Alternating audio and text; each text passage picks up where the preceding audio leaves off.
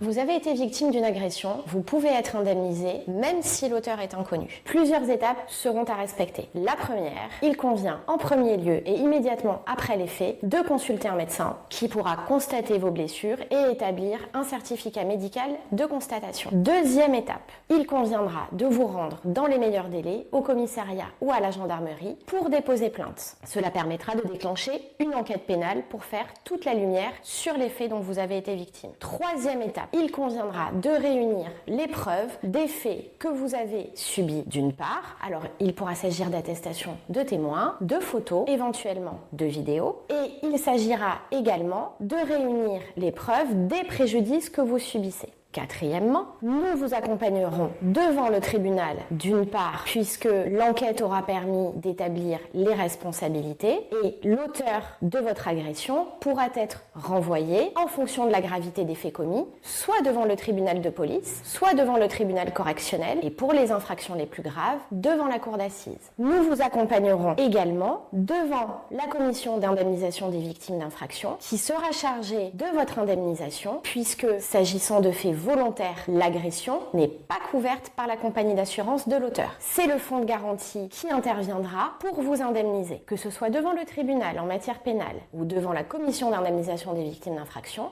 la victime aura à se soumettre à une expertise médicale qui permettra d'évaluer les préjudices causés par l'infraction. Et c'est sur la base de ce rapport d'expertise que la victime pourra être indemnisée. En cas d'agression, n'hésitez pas à contacter un des avocats du cabinet. Nous serons là et ferons au mieux pour vous accompagner dans toutes vos démarches.